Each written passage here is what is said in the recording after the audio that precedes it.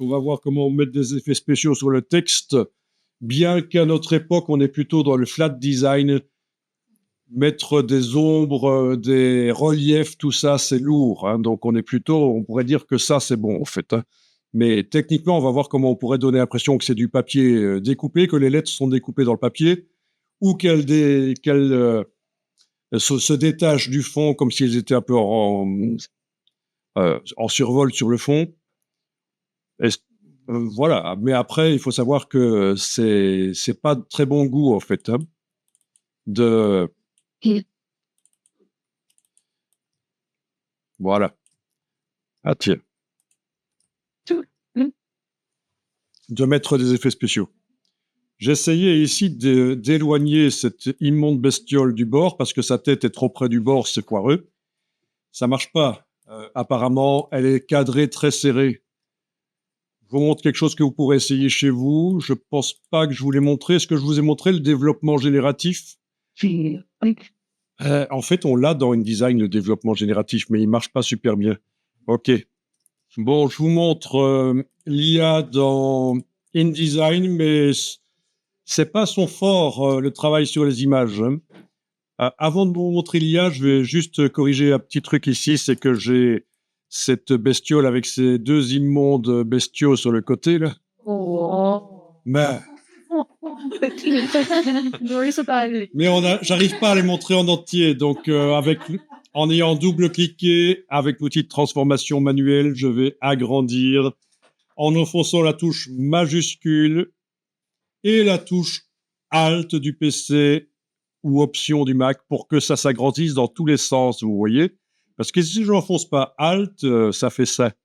Et si j'enfonce Alt, la touche Option, ça fait ça. Donc voilà.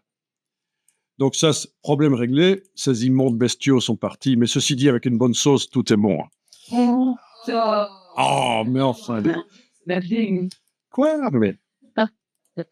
Et en plus, ça se mange, la viande d'ours.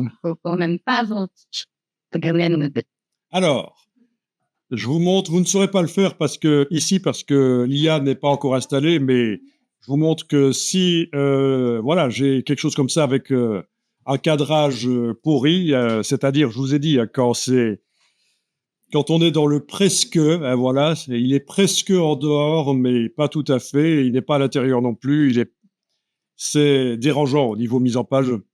Donc, ce qu'il est possible de faire dans InDesign, la dernière version, c'est agrandir le cadre avec la flèche noire et dans le menu fenêtre du texte à l'image, demander de générer. Si je voulais quelque chose de particulier devant l'hippopotame, je l'écrirais ici dans le prompt. Mais si je clique directement sur générer, il va inventer la suite de l'image. Et il le fait beaucoup moins bien que Photoshop, en fait. Hein. Donc, vous avez intérêt à plutôt utiliser Photoshop pour ajouter du décor autour des images. Je l'avais fait la fois passée sur les images de la voiture, si vous vous souvenez, dans Photoshop. J'avais fait le développement génératif. Alors, il me propose 3 versions. Je vais cliquer pour regarder. Voilà, voilà. C'est pas si mal que ça, mais bon. OK. Du coup, je vais remettre en place le cadre et double-cliquer et pouvoir bouger la bestiole. Voilà. OK, donc c'est une solution. C'est une solution. Vous pouvez malheureusement pas le faire ici maintenant, mais voilà. Alors au niveau des liens, ça m'a fait l'image d'origine est oubliée en fait. Hein. Le lien ne fonctionne pas vraiment. Hein. Il a renommé ici, donc c'est un peu compliqué au niveau des liens.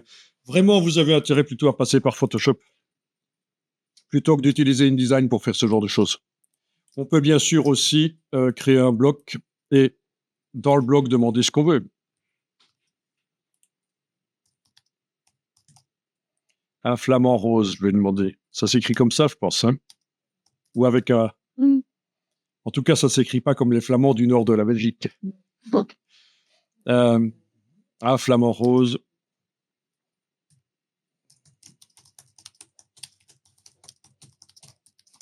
On va voir. Avec un A. Hein? Avec un A. c'est vrai que parfois, quand on lui sort des mots, même en les orthographiant bien, l'autre jour, j'ai voulu faire une licorne. J'ai tapé licorne comme il faut, hein. Licaur, non, je rigole, avec un O. J'ai écrit comme il faut. Et il m'a sorti du maïs, parce qu'il a cru que c'était du corn en anglais. Et donc, j'ai tapé unicorn, et là, il m'a fait une vraie licorne.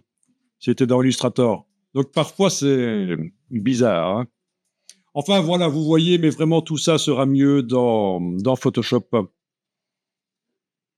On a pas d'accès déjà. Voilà, OK. Il m'a fait 3 propositions de flamant rose.